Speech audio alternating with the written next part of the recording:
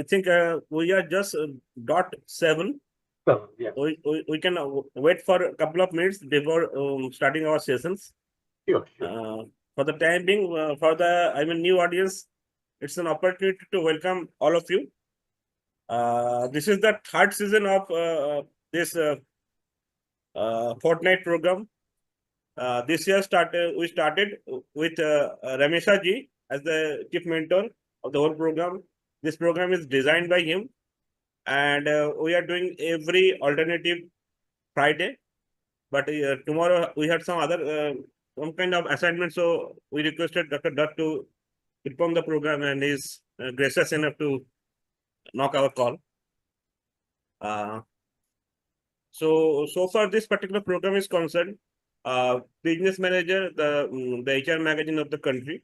This is the olden HR magazines. They are partnering with Bangalore Social Work Centers, Niruta Publications, and some other institutes that they're gracious enough to join hand to hand to make it meaningful. In our previous program, we also crossed the geography of India and reached to the different part of the country.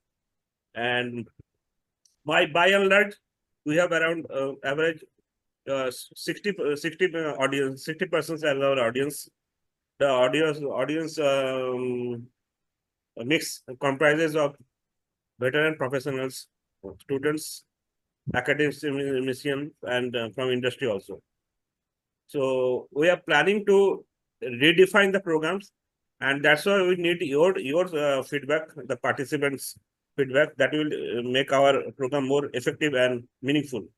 As because post-COVID, people are more familiarized with the physical program, but it is an also opportunity to cross over the defined boundaries. And India is a very diverse country, and often for the formal bodies, it is difficult to reach out to different parts of the society and cultures. So this is an opportunity to break that barriers. Without extending my further words, I think I should introduce Dr. Dutt. So far, Dr. Dutt is concerned, he is from civil service. Dr. Dutt brings decades of expertise in labor administration, policy making, and training, honed through his tenure as Additional Labor Commissioner, Government of West Bengal, with a PhD in management and extensive experience as a resource person. He is a sought-after trainer and counselor specializing in labor relations, compliance, and capacity building. Dr. Dutt is guest faculty at St. Xavier's University and IISWBM Kolkata, where he imparts practical insights and academic rigor to budding professionals. He has co-authored several publications and developed impactful training modules in ethics, governance, and managerial leadership. He is also into national resource persons for training needs analysis, facilitation skills, and direct trainer skills. His passion for helping others has led him to transitions and into traditions of counseling, emphasizing personal growth and holistic well-being. Dr. Dutt offers experimental modules to foster meaningful connections with practical solutions of his clients. He is an avid writer. He is a great blogger, and more and more, the thing is, he is a very good human being. That is, I think, any primary qualification for a HR professional, so far I believe. And it's an opportunity to welcome you to the forum. Welcome, Dr. Dutt. Stage is yours. Take it forward. Thank you. Thank you so much, Indranilda, for inviting me for this weekly program. I'm really elated, particularly when you gave me the option to choose my topic, whatever may be the topic. So thank you very much. I will start, but I will expect interaction from the participants, because I am not a speaker who will continue to speak for 30 minutes, 40 minutes. No. Hopefully it will be a interactive session, and you will share your views, experience, observation, whatever.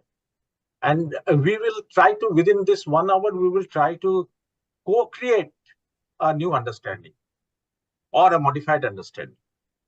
or maybe we will, after 1 hour, we may have some new questions in our mind. If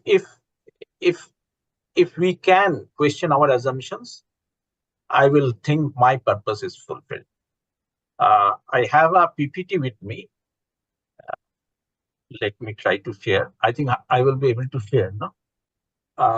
My topic, initially I proposed the topic reimagining success from money to meaning and from profit to purpose. Then thinking about the purpose of this weekly lecture, I modified it to fit in. So I made it Rethinking HR from money to meaning, from profit to purpose. The title itself suggests that maybe you may be apprehensive that I will be in a preaching mode. No. We will try to understand why we are obsessed with money, why we are obsessed with profit. And within this ambit, we will try to see whether it is actually beneficial. If we focus on money, we will actually do a cost-benefit analysis. Whether money is more beneficial or meaning is more beneficial, whether profit is more beneficial or purpose is more beneficial, so that we can go through our life consciously taking decision, not just following with the flow, going with the flow. And that is my purpose. So justification. Now, I have seen that this series of lectures are called HR and employment law classes. For 26 years, I was in the labor directorate dealing with labor laws, employment laws. Actually, I am bored with those sections and provisions and interpretations, case laws. Initially, I used to keep track of the development, the latest case laws. Ultimately, after 26 years, my realization is that these are all useless, meaningless. As an HR person, law is important, compliance is important, but more important is the spirit of the law, spirit of compliance. First, think what is right. Then you open the book to see the statute, what the statute says. Many times, in fact, yesterday someone asked me if someone has worked 4 months and died, whether he will get gratuity, and if he gets gratuity, what would be the amount?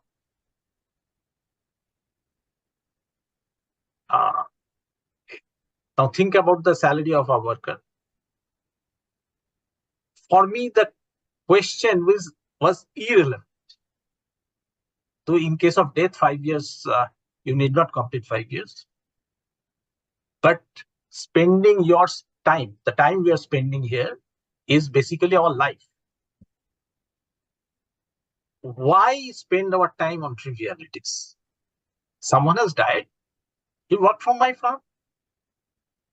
Give it. Maybe it seems to be simplistic. We will delve deep. And then it says, the poster says, this is skill development initiative. Initially, we were more concerned with the knowledge. We used to respect, we still respect knowledgeable person. But after Google came, I think knowledge has lost its value. Now we are into skilling, upskilling, reskilling.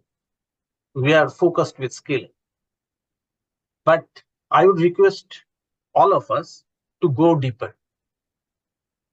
Knowledge, if you go through that competency matrix or competency iceberg, what is beyond knowledge and skill? It is the attitude. If you have the right attitude, you'll be able to become skilled, become knowledgeable. You will be what you need to be. For me, attitude is more important than both knowledge and skill. If you take care of attitude, everything will fall into place. If you have attitude, you will have intention and attention. Both for knowledge and skill, I think 2 things are required. intention, and attention. And that comes from attitude. Now, these are all justification and rationale for the topic. I will try to relate this topic, that is from money to meaning and from profit to purpose. These are directly related to HR and how this paradigm shift can affect HR. I will touch upon employment law also. But my main purpose will be to question our attitude so that we become more authentic, more aligned with our own self. Then other things will, I believe, will fall into place. And I will refer to many theories, but to me, theories are not important. If your experience does not support the theory, then it's useless. So it will be experiential and introspective. Think about yourself. While we will be discussing the theories, think about yourself, whether you agree to the theory or not, whether it goes with your experience or not. And hopefully it will be interactive. Though it's in online session, it's difficult to be interactive, but hope you will share your perspective and feel free to differ with myself also. I'm here to share my perspective, how I see things. And when we share our perspective, experience with due respect to the other person, we co-create something new. And that is meaningful. Why are we obsessed with money? Initially, I thought I will start with the question whether we are actually obsessed with money. But if you see, read newspaper, media, whatever is happening, money, money, money, money, money. In our childhood days, we were concerned about who is winning Booker Prize or Nobel Prize. Now, if you see the reporting, they mention the prize money also. Sometimes prize money becomes more important than prize. So the present society has become obsessed with money. Why? So I was thinking this in terms of theory. I'm not preachy, I'm not judgmental. I will not say obsessing with money is wrong. Since for quite some time we are obsessed with money, there must be some reason behind it. Now think about our needs. From need, I will go to want, and we will try to understand whether money can fulfill our needs and wants. If you go by Maslow's theories, money is needed for physiological needs, of course, safety needs, of course. So if you have sufficient amount of money, now that is a tricky question. How much is enough? How much is sufficient? So lower level needs, two needs are fulfilled through money. Whether love and belonging can also be bought. That's the question. I'm sure there are many rich persons in the audience. When you have money and money is your strength, you try to get everything through money, even love and belonging. You will buy expensive gift to a near and dear ones, to your significant others, and they will show, because we are all obsessed with money, they will also show love. Whether that is authentic love or not, that is a different question. Self-esteem. Of course, nowadays even many famous awards are also can be bought. So you can also buy self-esteem. But you may not feel good buying self-esteem, buying awards. Or if you run a rich lifestyle, people will bow down before you. That is also fulfills our ego. That is also that will also increase buying our self-esteem. But that may not be authentic. So see, money has its value. For physiological need and safety need, it has absolute value. Love and belonging to a certain extent. esteem again to certain extent. So if you run after money and if you have sufficient amount of money, Maslow's 4 needs are fulfilled. And if you do not have sufficient money, you will look up to the rich person and say, how happy they are. They need not bother about physiological need. They need not bother about safety need. They are loved by all. They are respected by all. But what about self-actualization? Money cannot fulfill that highest need so far Maslow's hierarchy is concerned. Self-actualization.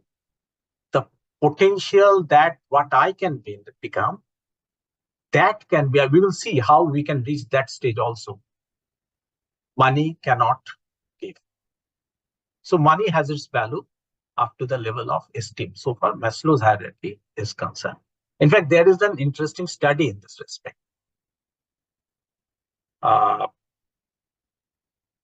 We will come to the study, but before that, from needs to want. These are all needs, but what we actually want. Through physiological need, safety, love, esteem, self-actualization, we are actually, if you ask yourself why, whatever may be your need, you ask yourself why, ultimately you will end up to happiness. We all want to be happy, and money makes us happy, at least for the time, for a short period of time. Till we reach that level of self-esteem, we are happy because of money. Then something starts happening. You will see there is an interesting finding. It is called external paradox. It says that money increases happiness up to a point. Then it flattens, or in certain cases, it actually dips. So money in the long run cannot give you happiness. Again, in Maslow's term, up to the level of self-esteem, it will make you happy. After that is achieved, then what? Then a vacuum will welcome you. So we have to think how much money is sufficient. At the same time, we have to look to become happy. We know the limitation of money, and we know the strength of money also, because it can take me to the level of self-esteem. So money is important, but is there any other way out? Can all the needs be fulfilled by some other method? Or maybe money plus something? We will see. So for happiness is concerned, there is a psychologist called Martin Seligman. He was propounder of positive psychology. I will show 2 models of him. There are 3 components of happiness. Pleasure. Again, you look around, the rich people, they enjoy life. Eating, drinking, going to places, Switzerland, pleasurable. Try it out for 1 month. After a certain period, you will feel bored. You need more what? More excitement. That is why you see now there is rush of adventure sports. I'm rich. I've visited Switzerland, Europe, Las Vegas. Then what? See, next level is engagement. I want to be engaged. And excitement engages us. If you go to a casino, you will feel engaged, though that is a bit of artificial engagement.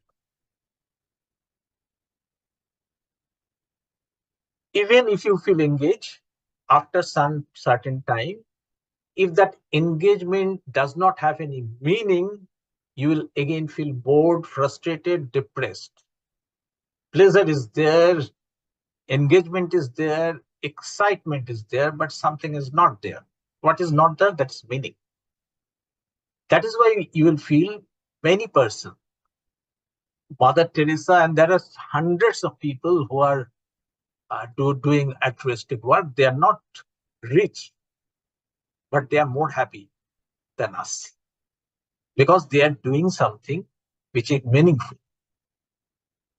If you do something, the interesting point is that if you are engaged in something, it gives you pleasure. Pleasure may not give you engagement, but engagement will give you pleasure. And if you do something meaningful, it will give you engagement as well as pleasure.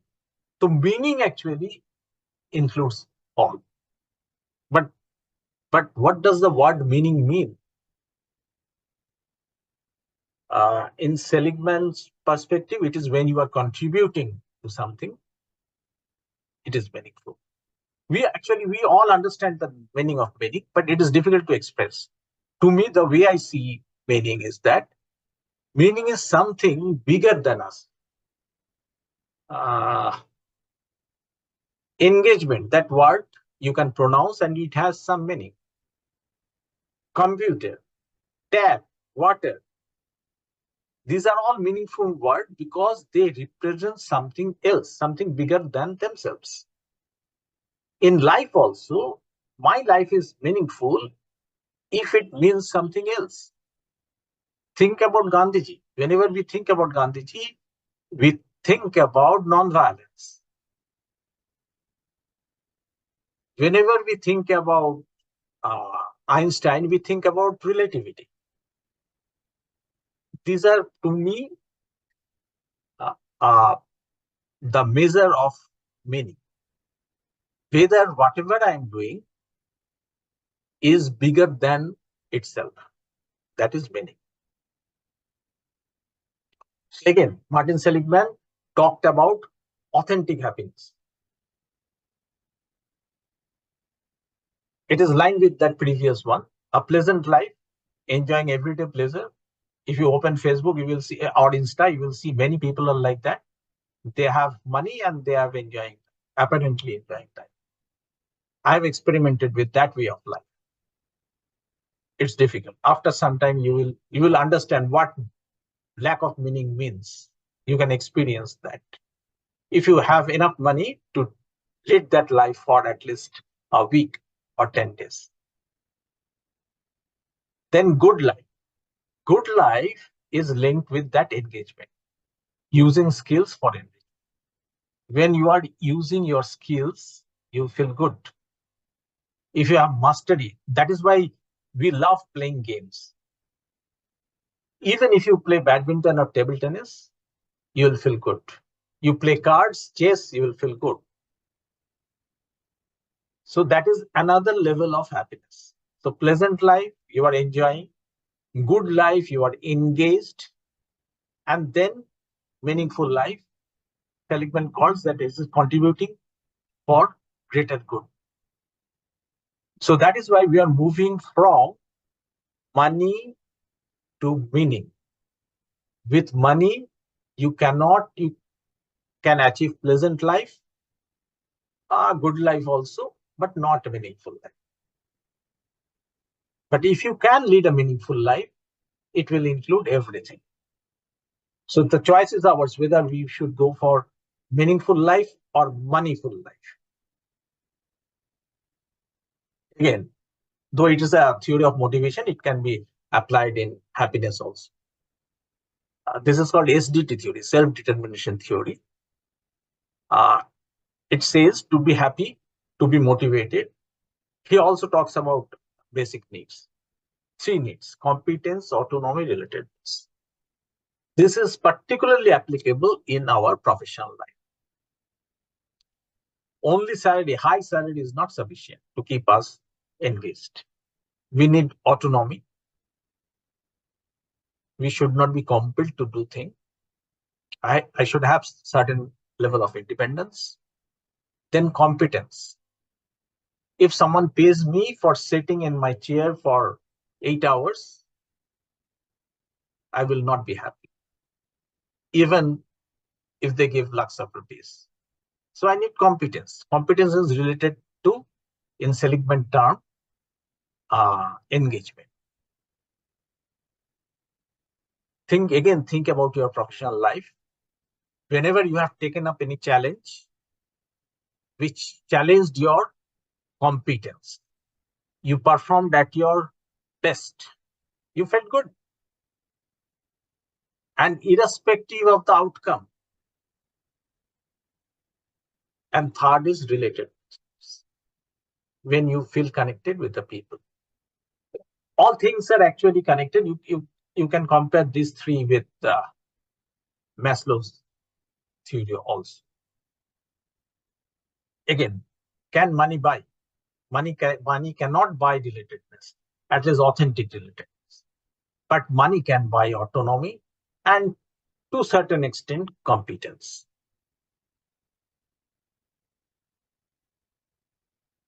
But most important thing, I will again come to our experiential world.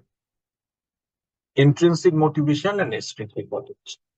All this meaning, money, these are related to our purpose, interest, mastery, curiosity. These are intrinsic motivation. When we do something, even if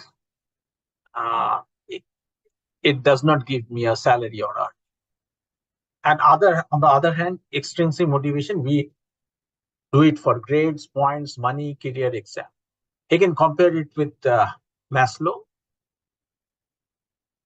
Intrinsic motivation comes from that self-actualization. And the lower four needs are basically extrinsic. Unfortunately, the way we are brought up, our education system, society, all these things pushes us from intrinsic motivation to extrinsic motivation. Think about your childhood. The very first day, when after many attempts, when we could stand on our feet, what happened? Our parents, significant others, they felt happy. They clapped. And as a child, you did it, what the psychologists call, because of actualizing tendency. As a child, whenever we try to crawl, we try to stand up, we try to walk, we try to run, these are all intrinsic motivation coming out of our actualizing tendency. Because that tendency, innate tendency is within us that pushes us to become the best version of ourselves. But what feedback we receive? Our parents, our near and dear ones appreciate us. They feel happy. They may, the homemaker may call their spouse in the office to inform the development. Whenever a neighbor visits, they will ask, show, stand. And if you can stand, they will feel happy. If you cannot stand for some reason, they will feel sad and you will also feel sad. Now see, what we are doing, intrinsically motivated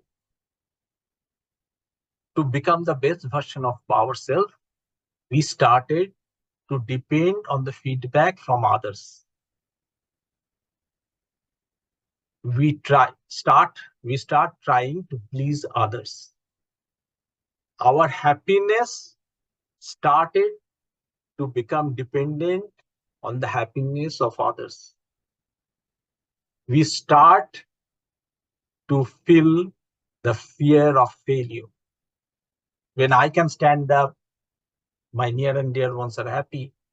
When I cannot, they are not happy. And that is why I am not happy. How we are shifting from our own self. Intrinsic motivation is within myself. That is the core of me, who I am. Our childhood is shifting us from our own core self, our authentic self, towards external motivation, that is extrinsic motivation. Then what happens? The education system. Whether you are good at math is not determined by any other thing other than mark sheet. Mark sheet speaks. So again, I am measured by mark sheet, not actually what I am. And mark sheet, again, quantification. Another thing happens, quantification. If you think about your primary school days, the number of right marks you get, that determines how good you are. So everything we try to quantify. Now think about whatever we are discussing. Self-esteem, love, engagement, you cannot quantify those things. But money can be quantified. You cannot quantify meaning, but you can quantify money. So it is easy way out. If you earn more, you work more. I personally have experienced that also. So money is moving us away from not only from meaning, but from our own authentic self.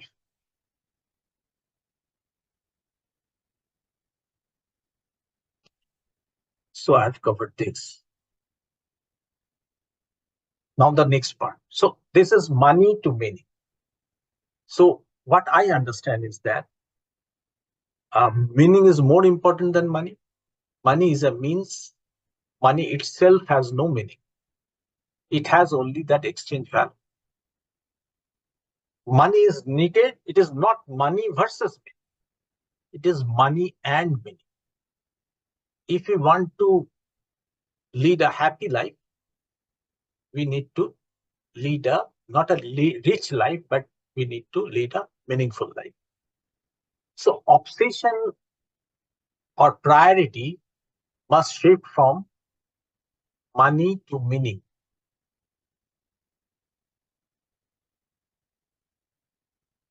Yes, if anyone has anything to share, you can raise their hand. Now, why does enterprise excel? Any organization. Now, we are already brainwashed into believing that money is everything. So profit is everything. So maximization of profit is hardwired in our brain. I have seen in many places. Maximization of profit, maximization of profit. But does an enterprise exist only to make profit? Profit is needed for survival, for expansion, for growth. Just as money is needed for my safety, security, engagement, autonomy, but that is not all. When we are thinking, we can discuss it in a philosophical perspective also. Why individual exists? But that's a difficult question. But it is easier to answer why enterprise exists. Also, of course, to fulfill some social needs. Any enterprise, any business, they earn their profit through fulfilling some social needs. Now, I was thinking, why this obsession again with money in case of enterprise also?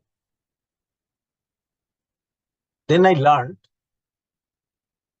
there is a theory also. August Loss, a German economist, published his theory of profit maximization in year 1954. So that society-induced hankering for money was already there. Then it was sanctified by a theory, economic theory. It is neoliberalist microeconomic theory. The purpose of population is to maximize profit. So whenever we get the backing of some theory, we can discuss it openly. We can proclaim it openly. It has become the mantra of any organization. How profit maximization means it is infinity. how much profit is enough. Since the term is maximization, it is limitless.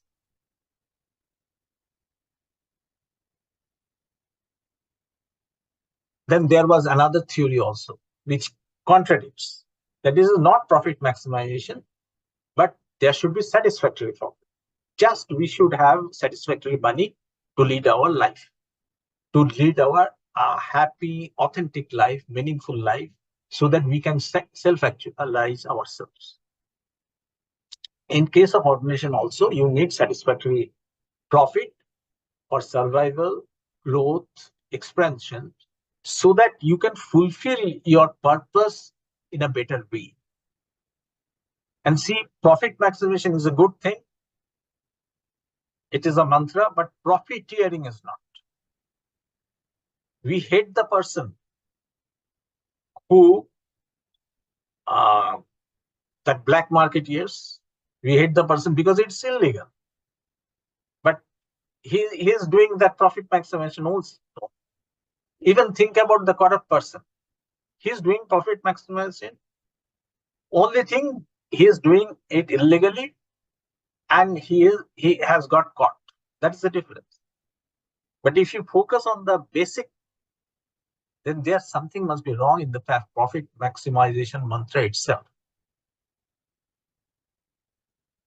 It can be changed a bit. It is at present, it is profit maximization for the shareholders. Instead of profit, we can think benefit maximization of stakeholders, not shareholders. Stakeholders means workers, managers, vendors, customers, everyone. If we can think that way, then I think a more healthy environment will be created. Business environment will be created. And we may not need so many laws. Only one change. So Herbert Simon, he raised the thing. He said that firm's principal objective is not maximization of profit, but satisfying or satisfactory profit. Now, how to determine satisfactory profit, that is a different ballgame. So basically, business exists to organize economic activity. This is what I have taken from net. By providing goods and services to meet consumer needs and wants while aiming to generate profit and sustain operation. Think about Bill Gates. He became richest person not by pursuing money, but pursuing his passion. He did what intrinsically motivated him, and he became rich. That is a byproduct. Now think whether we should run for money or meaning, profit or purpose. This change in the paradigm, this change in the basic attitude can change the HR field also. Now coming to HR. Why it is important from HR? Whenever we consider human beings as human resources, this is my favorite topic actually. What do we do with resource? We cannot keep it idle. Any resource we want to, in gentle term, in good term, want to utilize it. In more practical term, we want to use it. And if the situation permits, we want to exploit it. That is what is happening, not only for the workers, for middle managers also. I have seen managers being exploited particularly in small firms. So whenever you are converting a human being into human resource, you try to use it, utilize it, exploit it. But again, think about the purpose. We cannot ever avoid philosophy altogether. The purpose of human being is to become the best version of itself. Think about Maslow. Is it helping the industry or me by converting my fellow human beings into means to get more money. Who is my master? Those who are running after money. Money is controlling them. Money has become not a means, but the master. And money is represented by profit. Just like mind, it is said that mind is a great servant, but bad master. It applies to money as well. It is a good servant, but a bad master. So human beings is becoming resources. Human part of us is shrink. And by practicing these things, we are not only harming others, we are harming ourselves also, because we are going away from our core self. Again, I will refer to Maslow's self-actualizing. If you do not where your self lies, we do not know, because we are driven by extrinsic motivation, externalities. So we have already losing ourselves. So naturally, self-actualization will not happen. And we may behave like a happy person, but whether that happiness is authentic happiness, we need to introspect. So perhaps we may be too small a fry to change the paradigm, but we may question the assumption behind the paradigm. Paradigm and paradise created by money.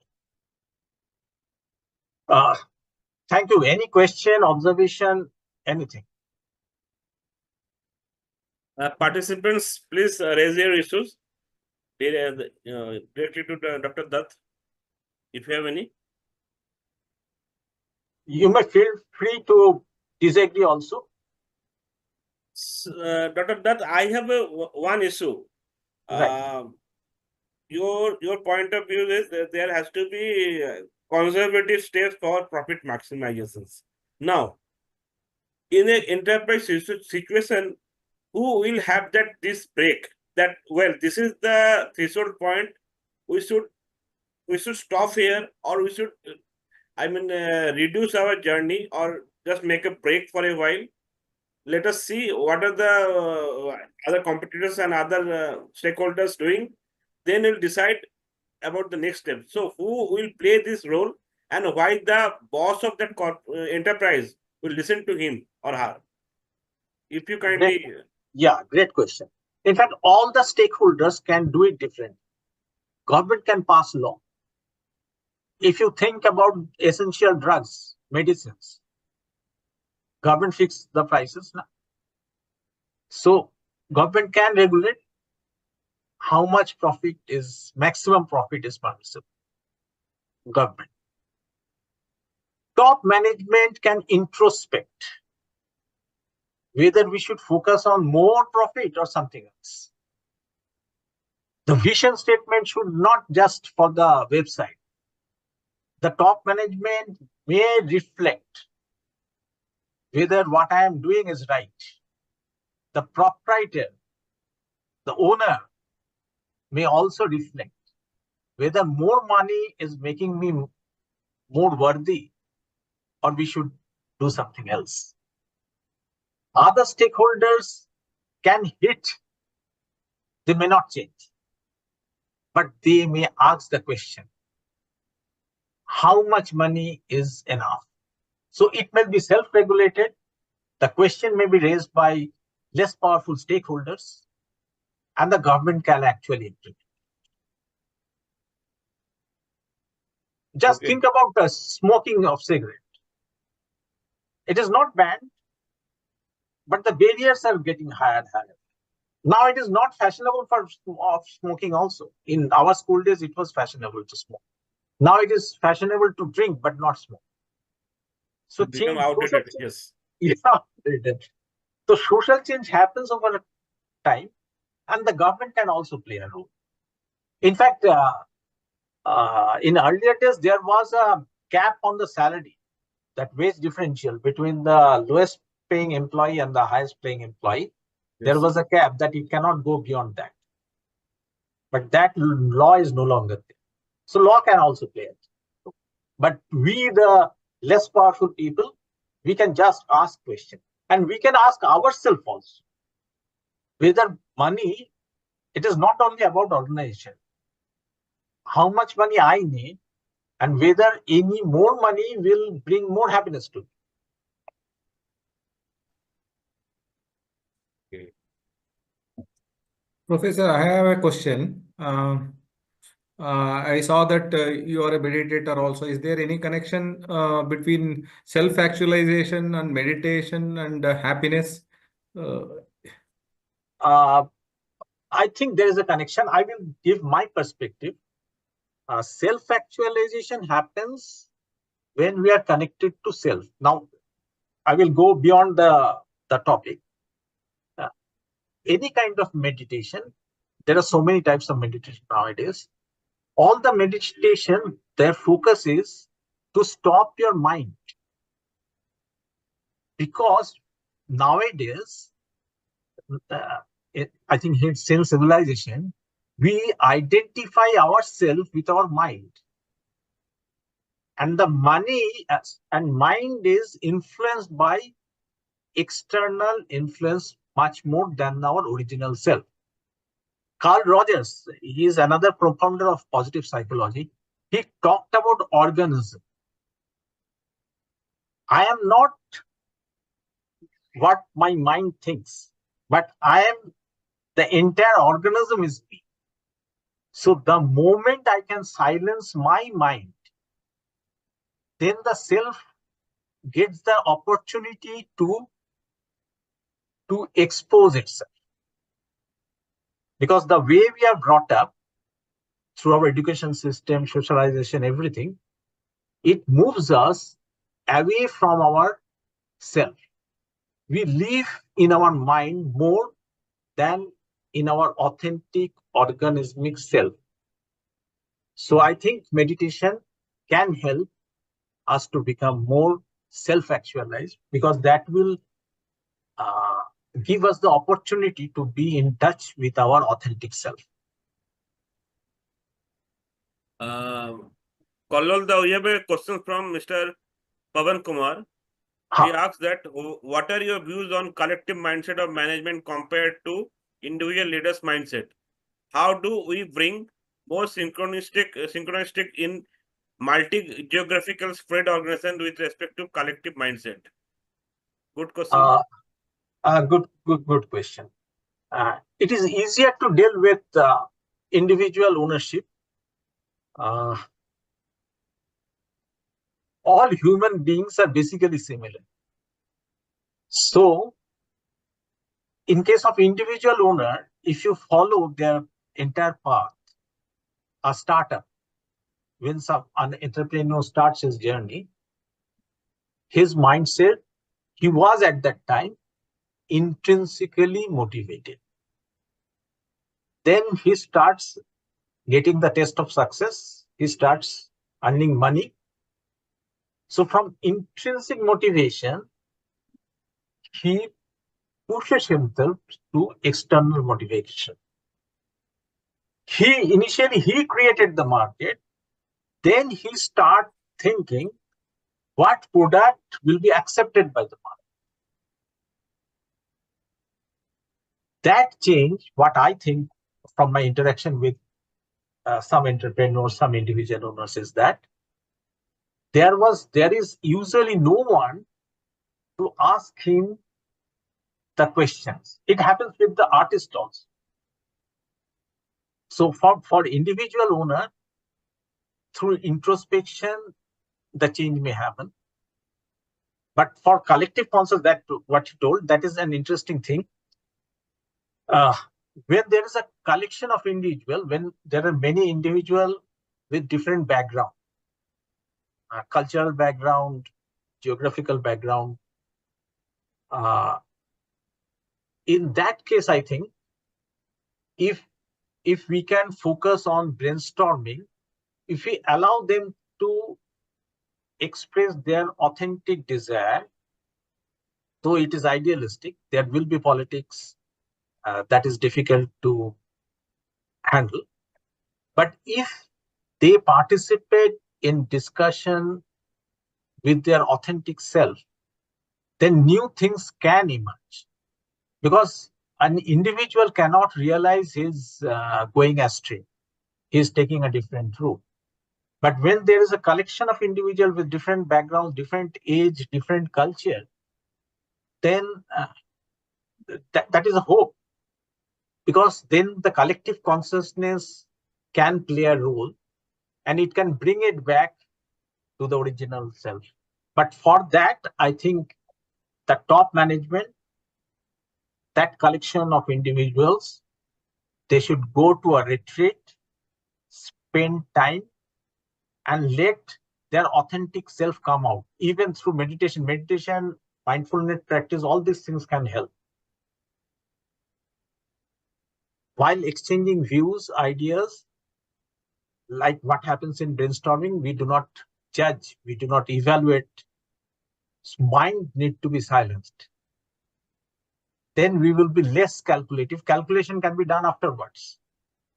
But initially, authentically, we should be able to exchange our views in a trusting, open situation. That can be done in a retreat. And at least for 5-7 days, not for one day. Thank you, sir. Ladies and gentlemen, if you have any questions, further questions, you can directly ask to Dr. Dutt. Otherwise, summarize the session. And I have a questions to Dr. Dutt. You talked about, sir, you talked about Googling, and that the knowledge, HR was originally known as the wisdom of the organizations. Whenever there is any kind of sanka, the line managers or the top management used to reach out to them. Now, out of the Googling, that space is gradually reducing. So, how do you see that after 10 years or something like that, sometime when India will be, probably holding the Olympic, what would be the role of HR in that time, that phase, with this reducing knowledge management, sphere of that HR that is gradually reducing? If you kindly enlighten. I'm an actually optimist person. So it is not only Google. Now we have to think about AI also.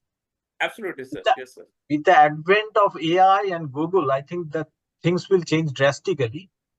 And probably HR with AI will play a greater role, because most of the things Google took away that knowledge portion. Now, even emotional portion is also taken care of. Mind is taken care of. It can be done by artificial intelligence. What is left?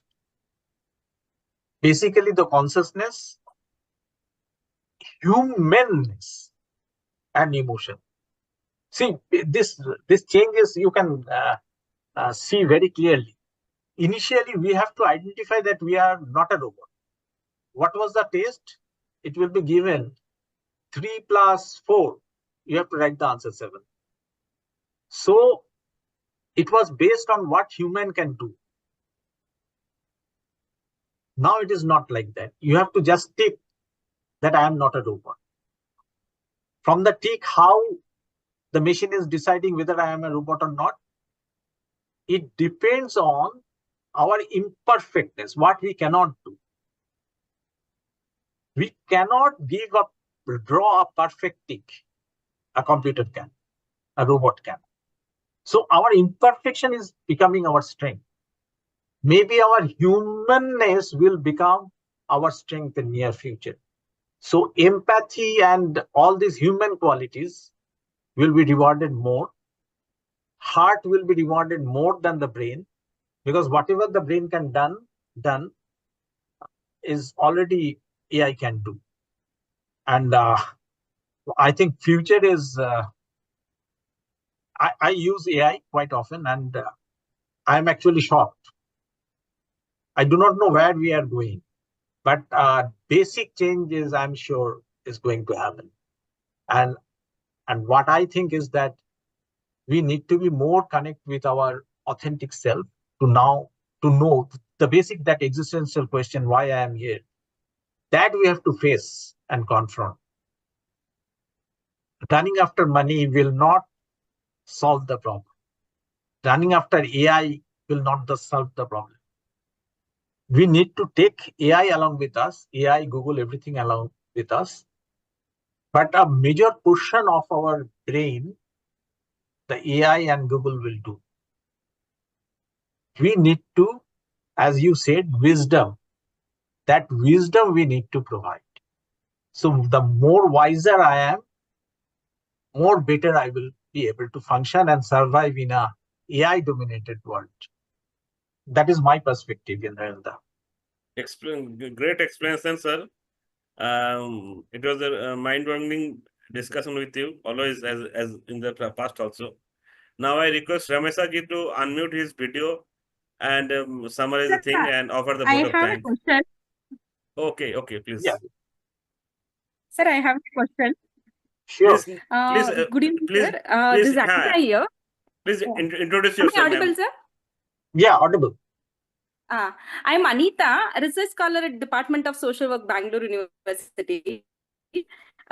With dignified life actualization, as per is concerned, before 10 years back, World report in is in front with regard to dignified life, but recent report in the last February, we are at 55 or 56, I have forgotten.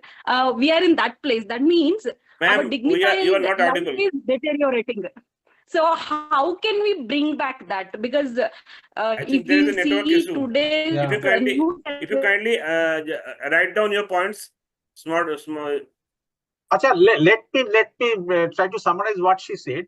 You are asking that in the dignity of life, dignified life index, India is slipping down. How can we bring Yes, it back? sir. Yes, sir. With regard to good deeds and self-actualization, Maybe as that is the question. Ramesh has clearly mentioned, attention, mindfulness, those kind of things. Okay, please. Yeah. Please.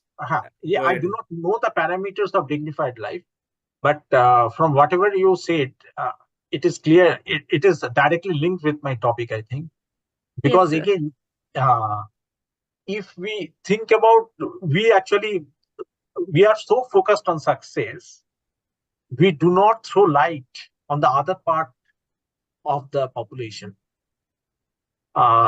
Many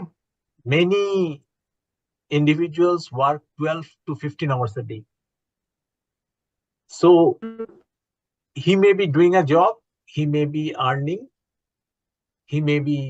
for his family, but he is not leading a dignified life. I do not know the parameters. In fact, ILO talked about decent work. Just creating work is not sufficient. It has to be decent work. If you work for 12 or 15 hours a day, it is not decent work. If you do not have that dignity, you are not leading a dignified life. I have seen the managers are also suffering. I knew of a person, a manager, HR manager, interestingly. He lost his job on 31st December. Abruptly. He had a special child.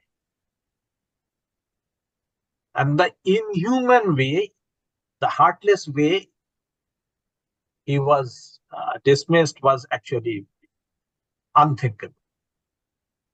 So money will not give you dignity. And whenever we are focusing on money, we are focusing only on the one aspect of humanity. In many families, both husband and wife are working because none of them are earning sufficient. And working is actually a mind work.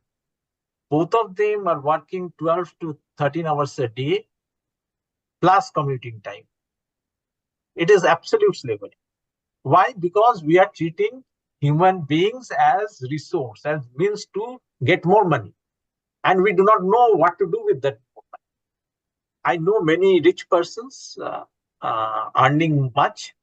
They have flats in Mumbai, Kolkata, Delhi, Bangalore, because they do not know what to do with that money. But they are running after money. It will not give dignity, at least not internal dignity. But it comes with a cost. They are earning money. They have 4 flats. But what in the those who are in the bottom of the pyramid?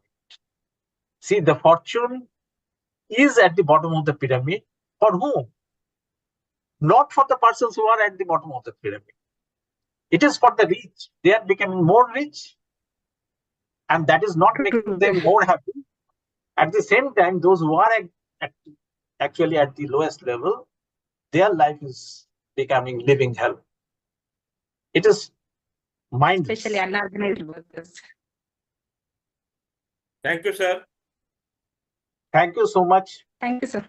Can we have a screenshot? Screenshot of this particular session, sir. Yes. Yes. 1 minute, just. I can stop sharing. Yeah, please. Group photo we can take, no, sir? There is an option, I think, it seems. Yes. Somebody was asking about the video recording. The whole sessions as well as the previous sessions are available in YouTube. So you can check it out from there. I think the session will be available after some time, after some kind of editing. I think it can be shared in the HR. The link can be shared, no? Yes. Yes. Thank you so much. Any of you, if you have any question, further questions, you can definitely touch base with Ramesha ji, who in turn will connect with Dr. Dutt and get back to you. Thank you. Yeah. Thank you so much. Thank you so much. Thank you all the participants. Thank you one and all for joining this session. I think I had many questions about money and all these things, and I got few answers from this session. I think this is a very insightful session on and thanks for Internality to bringing that for this our Zoom session. And thank you all.